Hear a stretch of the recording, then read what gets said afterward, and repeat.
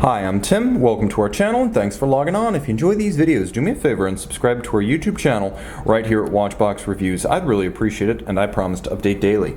If you love this watch, you could see it and you could purchase it on our website, thewatchbox.com.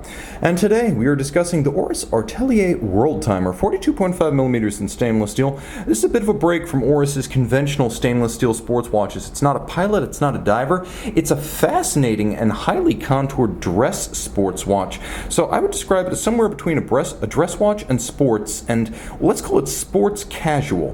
The watch is easy to wear because of its shape. First, 12.6mm thick. It's not thick by any measure. It's about as thick as a Rolex Submariner or GMT, and at 50mm lug-to-lug, it's broad, but it's not huge, and I encourage you to consider the shape of the lugs as much as the span across the wrist, because the watch is highly cambered. You can see the arc of those lugs and how they wrap around the edge of my 16cm circumference wrist. It's going to be a little bit tough to turn my wrist completely square to the camera, but that gives you a good sense, and that gives you a good profile sense. 22mm spacing between the lugs, so it has a nice broad stance on the wrist, and the strap that's included is upscale.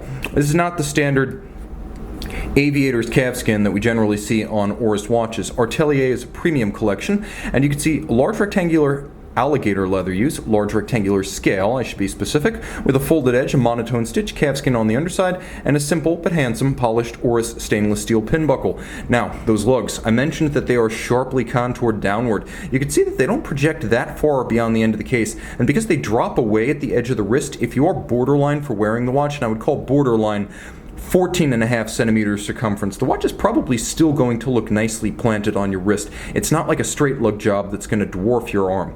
There's a lovely dress watch style crown with twin pushers for the so-called world time complication. Now, I'm going to level with you. What Oris describes as world time, I describe as dual time. When you think of world time, you generally think of the circumferential reference ring in the Louis Cotier system developed in the 1930s. Well, here, what you have is a little bit more like Ulysse Nardin's GMT plus-minus system, whereby you can move the local hour hand, and by the way, the local hour hand will drive the date forward or backwards crossing the international date line, and then if you were to pull the crown out, now you could set everything in sync. Note that there is a hacking seconds function, and there is a second time zone at 3 o'clock that has a little window to let you know when you're looking at the day. So for example, am I looking at 1 p.m. or 1 a.m.? Well, you can see that the little shaded segment hasn't yet entered the frame, and now you see it starts to enter the frame, and we are looking after 1 p.m. we are looking at 1 a.m.